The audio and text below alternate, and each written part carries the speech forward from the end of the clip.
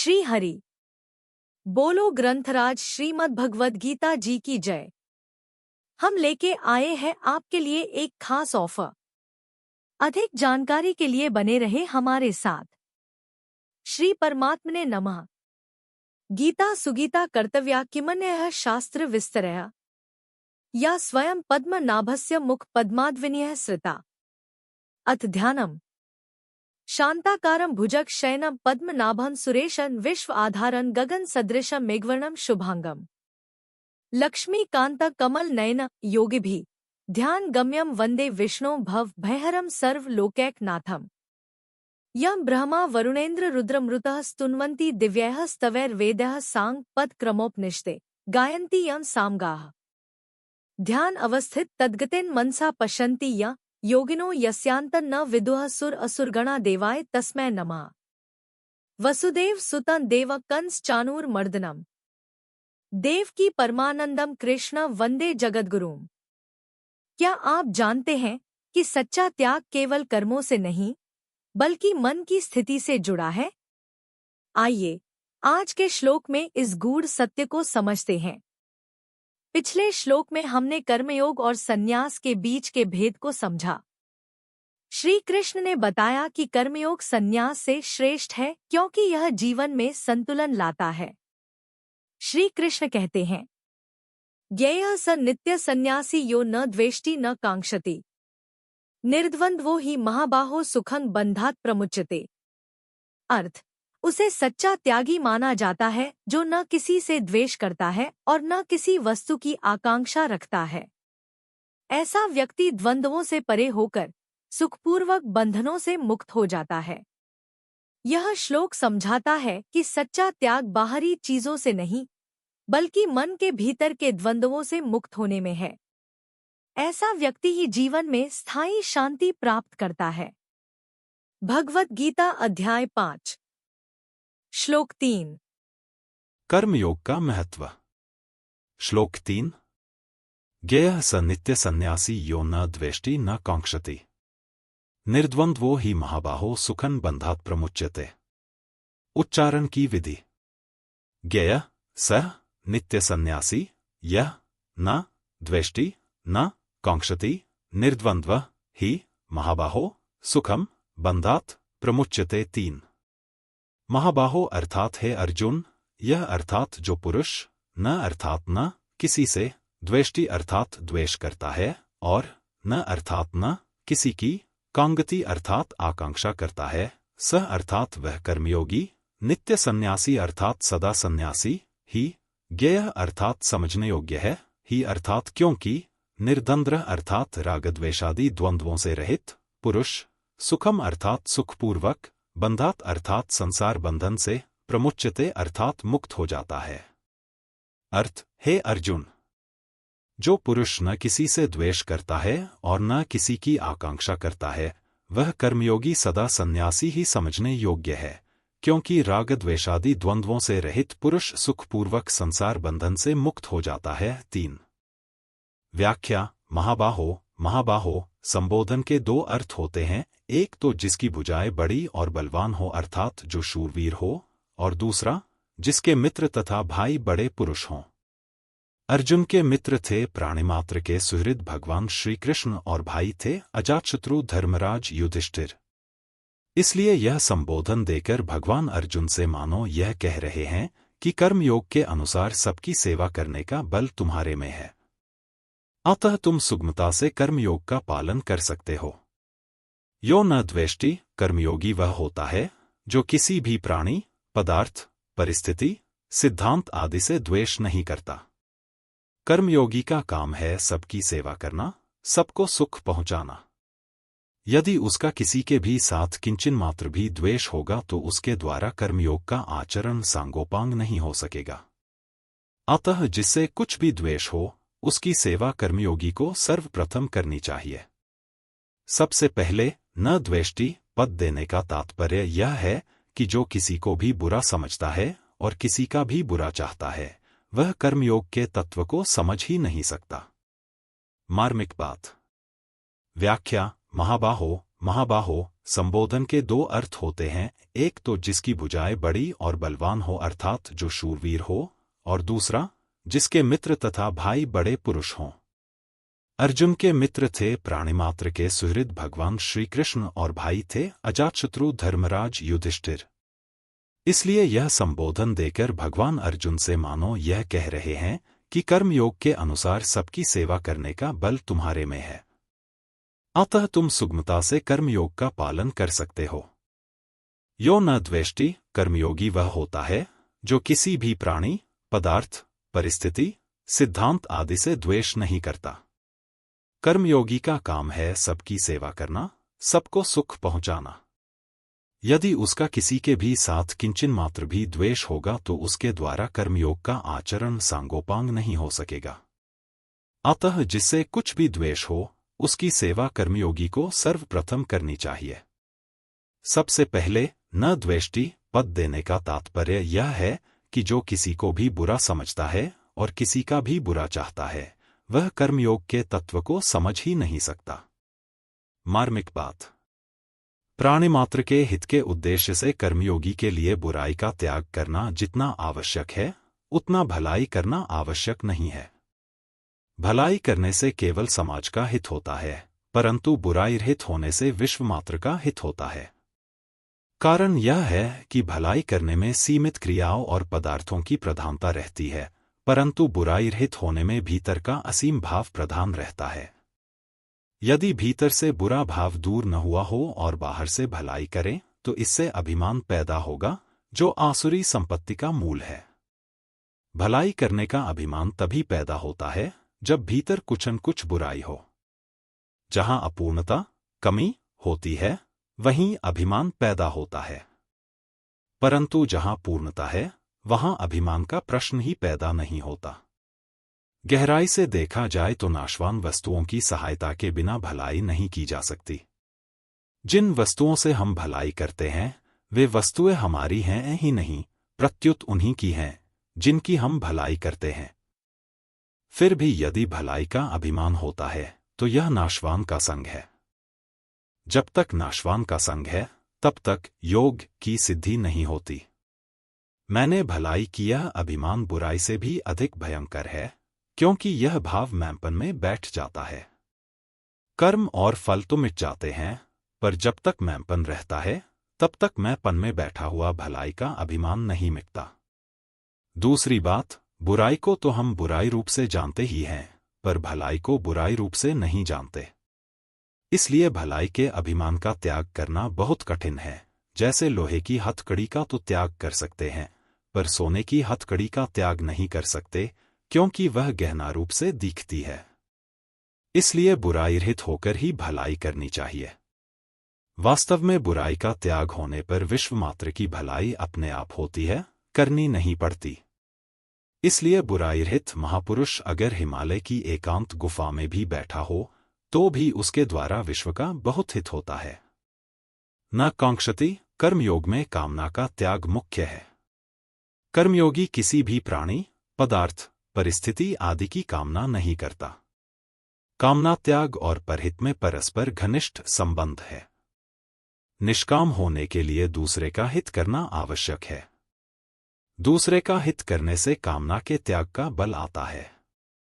कर्मयोग में कर्ता निष्काम होता है, कर्म नहीं, क्योंकि जड़ होने के कारण कर्म स्वयं निष्काम या सकाम नहीं हो सकते।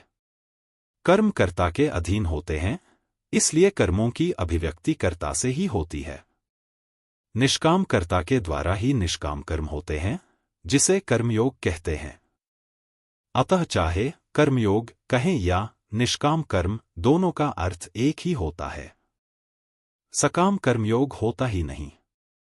निष्काम होने से कर्ता कर्मफल से असंग रहता है, परंतु जब कर्ता में सकाम भाव आ जाता है तब वह कर्मफल से बंध जाता है। गीता 5वें अध्याय का 12वां श्लोक। सकाम भाव तभी नष्ट होता है जब कर्ता कोई भी कर्म अपने लिए नहीं करता, प्रत्युत संपूर्ण कर्म दूसरों के हित के लिए ही करता है। इसलिए कर्ता का भाव नित्य निरंतर निष्काम रहना चाहिए। कर्ता में जितना निष्काम भाव होगा उतना ही कर्मयोग का सही आचरण होगा। कर्ता के सर्वथा निष्काम होने पर कर्मयोग सिद्ध हो जाता है। ज्ञेय स नित्य सन्यासी। अर्जुन ने युद्ध न करके भिक्षा मांगकर जीवन निर्वाह करने की इच्छा प्रकट की थी। गुरु नत्वा ही महानुभावान श्रेयो भोक्तुं भैक्ष्यम पीह लोके। गीता 2:5। अर्थात गुरुजनों को न मारकर संन्यास लेना ही श्रेष्ठ है। भगवान उसी बात का उत्तर देते हुए मानो कह रहे हैं कि हे अर्जुन, वह संन्यास तो गुरुजनों के मर जाने के भय से किया जाने वाला बाहरी संन्यास है, पर कर्मयोगी का संन्यास राग द्वेष के त्याग से होने वाला नित्य संन्यास अर्थात भीतरी एवं सच्चा संन्यास है। आगे 6ठे अध्याय के पहले श्लोक में भी भगवान ने केवल अग्नि का त्याग करने वाले अर्थात संन्यास आश्रम मात्र ग्रहण करने वाले पुरुष को सन्यासी न कहकर भीतर से संसार के आश्रय का त्याग करने वाले कर्मयोगी को ही सन्यासी कहा है। इस प्रकार भगवान के मत में कर्मयोगी ही वास्तविक सन्यासी है। कर्म करते हुए भी कर्मों से किसी प्रकार का संबंध न रखना ही सन्यास है। कर्मों से किसी प्रकार का संबंध न रखने वाले को कर्मों का फल कभी किसी अवस्था में किंचन मात्र भी नहीं मिलता। न तो सन्यासिना क्वचित। गीता 18:12। इसलिए शास्त्र विहित समस्त कर्म करते हुए भी कर्मयोगी सदा सन्यासी ही है। कर्मयोग का अनुष्ठान किए बिना सांख्ययोग का पालन करना कठिन है। इसलिए सांख्ययोग का साधक पहले कर्मयोगी होता है, फिर सन्यासी सांख्ययोगी होता है। परंतु कर्मयोग के साधक के लिए सांख्ययोग का अनुष्ठान करना आवश्यक नहीं है। इसलिए कर्मयोगी आरंभ से ही सन्यासी है। जिसके राग द्वेष का अभाव हो गया है, उसे सन्यास आश्रम में जाने की आवश्यकता नहीं है।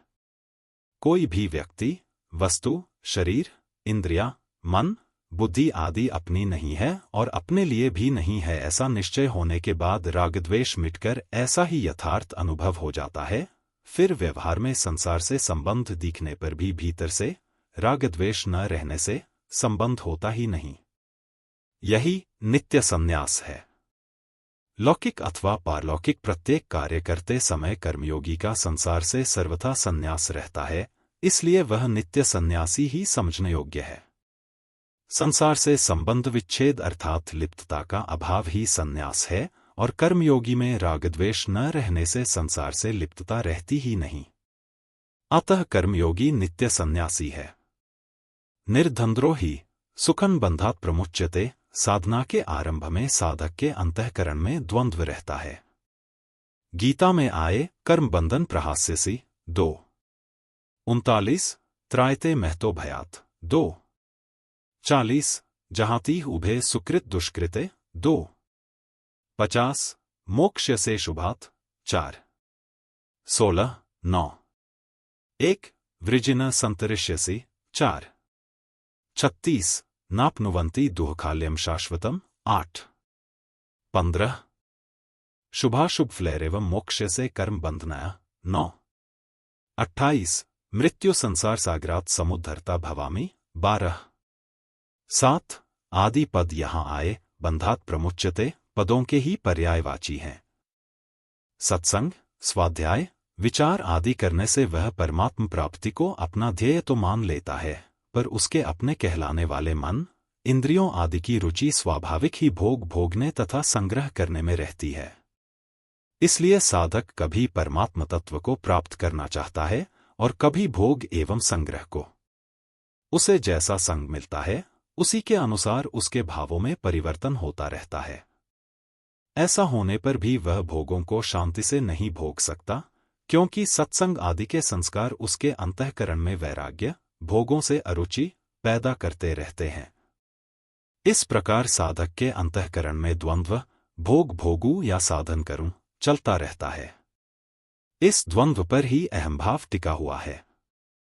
हमें सांसारिक भोग और संग्रह में लगना ही नहीं है, प्रत्युत एकमात्र परमात्म तत्व को ही प्राप्त करना है, ऐसा दृढ़ निश्चय होने पर द्वंद्व नहीं रहता और अहंभाव परमात्म तत्व में लीन हो जाता है। वास्तव में संसार का महत्व अंतःकरण में अंकित हो जाने से ही द्वंद्व रहता है। भोग भोगते रहने से, दूसरों से सुख चाहते रहने से संसार के प्राणी पदार्थों का महत्व अंतःकरण में अंकित हो जाता है। उनसे सुख लेने से वह महत्व बढ़ता जाता है, जिससे उनको प्राप्त करने की रुचि प्रबल हो जाती है। वह रुचि एक परमात्म प्राप्ति के उद्देश्य को स्थायी और दृढ़ नहीं होने देती। इससे साधक में द्वंद्व बना रहता है। उद्देश्य की दृढ़ता के लिए साधक को यह पक्का विचार करना चाहिए कि कितना ही सुख, आराम, भोग क्यों न मिल जाए, मुझे उसे लेना ही नहीं है, प्रत्युत परहित के लिए उसका त्याग करना है। यह विचार जितना दृढ़ होगा, उतना ही साधक निर्द्वंद्व होगा। निर्द्वंद्व होने की मुख्य बात इसी श्लोक में न द्वेष्टि न कांगति पदों से कही गई है, जिसका तात्पर्य है राग द्वेष से रहित होना। राग द्वेष को मिटाने के लिए यह विचार करना चाहिए कि अपने न चाहने पर भी अनुकूलता और प्रतिकूलता आती ही है, अर्थात अपने चाहने पर अनुकूलता आती हो ऐसी बात नहीं है और न चाहने पर प्रतिकूलता न आती हो ऐसी बात भी नहीं है। अनुकूलता प्रतिकूलता तो प्रारब्ध के फलस्वरूप आती जाती रहती है, फिर इसके आने अथवा जाने की चाहना क्यों करें। अनुकूलता के प्रति राग और प्रतिकूलता के प्रति द्वेष अपनी भूल से होता है। इस प्रकार विचार करने से भूल मिटकर राग द्वेष सर्वथा समाप्त हो जाते हैं। दूसरी बात यह है कि अपनी स्वयं की सत्ता स्वतंत्र है, किसी पदार्थ, व्यक्ति, क्रिया के अधीन नहीं है, क्योंकि सुषुप्ति अवस्था में जब हम संसार को भूल जाते हैं तब भी अपनी सत्ता बनी रहती है। जागृत और स्वप्न अवस्था में भी हम प्राणी पदार्थ के बिना रह सकते हैं। फिर अपनी स्वतंत्र सत्ता होते हुए भी उनमें रागद्वेष करके हम उनके अधीन क्यों बने। इस प्रकार विचार करने से भी रागद्वेष मिट जाते हैं। संसार का राग उत्पन्न और नष्ट होने वाला है। यह राग कभी स्थायी नहीं रहता, किंतु हम नए नए प्राणी पदार्थों में राग करके इसे बनाए रखने की चेष्टा करते हैं। परंतु परमात्मा की अभिलाषा उत्पन्न और नष्ट होने वाली नहीं है, क्योंकि परमात्मा का ही अंश होने के नाते जीव का परमात्मा से अखंड संबंध है। परमात्मा की अभिलाषा कभी घटती बढ़ती भी नहीं। केवल संसार में राग अधिक होने पर वह घटती हुई और राग कम होने पर वह बढ़ती हुई दिखती है। इसलिए मैं सदा जीता रहूं, मैं सब कुछ जान लूं, मैं सदा सुखी रहूं, इस रूप में सच्चिदानंद स्वरूप परमात्मा की अभिलाषा जीव मात्र में निरंतर रहती है। जब संसार का राग मिट जाता है और एकमात्र परमात्मा की अभिलाषा रह जाती है, तब द्वंद्व नहीं रहता। कर्मयोग, ज्ञानयोग और भक्तियोग तीनों ही योग मार्गों में निर्द्वंद्व होना बहुत आवश्यक है। जब तक द्वंद्व है तब तक मुक्ति नहीं होती। गीता 7वें अध्याय का 27वां श्लोक। परमात्म तत्व की प्राप्ति में राग और द्वेष ये दो शत्रु हैं। गीता 3रे अध्याय का 34वां श्लोक। निर्द्वंद्व होने से ये दोनों मिट जाते हैं और इनके मिटने से सुखपूर्वक परमात्म तत्व की प्राप्ति हो जाती है। संसार में उलझने के दो ही कारण हैं, राग और द्वेष। जितने भी साधन हैं, सब राग द्वेष को मिटाने के लिए ही हैं। एतावानेव योगेन समग्रेण योगिनः युज्यते भिमतो ह्यर्थी यत्संगस्तु कृत्स्नशः। श्रीमद्भा 03 32 27। योगियों के समस्त योग साधनों का एकमात्र अभीष्ट फल है संपूर्ण संसार में आसक्ति का अभाव हो जाना। राग द्वेष के मिटने पर नित्य प्राप्त परमात्म तत्व की अनुभूति स्वतः सिद्ध है। इसमें परिश्रम है ही नहीं, कारण कि परमात्म तत्व की अनुभूति असत के द्वारा नहीं होती, प्रत्युत असत के त्याग से होती है। असत की सत्ता राग द्वेष पर ही टिकी हुई है। असत संसार तो स्वतः ही मिट रहा है, पर अपने में राग द्वेष को पकड़ने से संसार स्थिर दिखता है। अतः जो संसार निरंतर मिट रहा है, उसमें राग द्वेष न रहने से मुक्ति नहीं होगी तो क्या होगा। इसलिए निर्द्वंद्व अर्थात राग द्वेष से रहित पुरुष सुखपूर्वक संसार बंधन से मुक्त हो जाता है। परिशिष्ट भाव बाहर के सुख दुख, सुखदायी दुखदायी परिस्थिति में सम और भीतर के सुख दुख से रहित होना निर्द्वंद्व अर्थात द्वंद्वरहित होना है। तादात्म्य में चेतनंश की मुख्यता से जिज्ञासा रहती है और जड़ंश की मुख्यता से कामना रहती है। मनुष्य में भूख तो अविनाशी तत्व की रहती है, पर रुचि नाशवान की रहती है, क्योंकि अविनाशी की भूख को वह नाशवान के द्वारा मिटाना चाहता है। भूख और रुचि का यह द्वंद्व मनुष्य के संसार बंधन को दृढ़ करता है। जब मनुष्य का संसार में राग द्वेष नहीं रहता, तब उसकी जिज्ञासा पूर्ण हो जाती है और कामना मिट जाती है, अर्थात वह निर्द्वंद्व हो जाता है। संबंध इस अध्याय के दूसरे श्लोक के पूर्वार्ध में भगवान ने ज्ञान योग और कर्मयोग दोनों को परम कल्याण करने वाले बताया। उसकी व्याख्या अब आगे के 2 श्लोकों में करते हैं। कल के श्लोकों में हम जानेंगे कि कर्मयोग और संन्यास के मार्ग अलग दिखने पर भी कैसे समान उद्देश्य की ओर ले जाते हैं। दोस्तों, आज का श्लोक आपको कैसा लगा? क्या आप भी ये मानते हैं कि भगवद गीता सिर्फ एक धार्मिक ग्रंथ नहीं, बल्कि जीवन जीने का एक पूरा नक्शा है? अगर हाँ, तो इस वीडियो को लाइक और शेयर करके अपनी सहमति जरूर बताएं। और हाँ, आपके लिए खास ऑफर में वाउचर और YouTube प्रीमियम जीतने का सुनहरा मौका है। बस चैनल को सब्सक्राइब करके QR कोड पर जाकर अपनी डिटेल्स भर दो और कमेंट करें। अगर आपके कमेंट पर 9 लाइक्स आए तो 2 महीने का YouTube प्रीमियम आपका। क्या बात है ना? https://forms.gle/cwmada7hk6zdndy6। याद रखें, हर समस्या का समाधान हमारे भीतर ही है। भगवद गीता का ज्ञान हमें यह सिखाता है कि हम कैसे अपने भीतर की शक्ति को पहचान सकते हैं और अपने जीवन को सफल बना सकते हैं। कल मिलते हैं एक और रोमांचक श्लोक के साथ। तब तक के लिए अपना ध्यान रखें और भगवद गीता की सीख को अपने जीवन में उतारते रहें। बोलो ग्रंथराज श्रीमद् भगवद गीता जी की जय। जय श्री कृष्ण।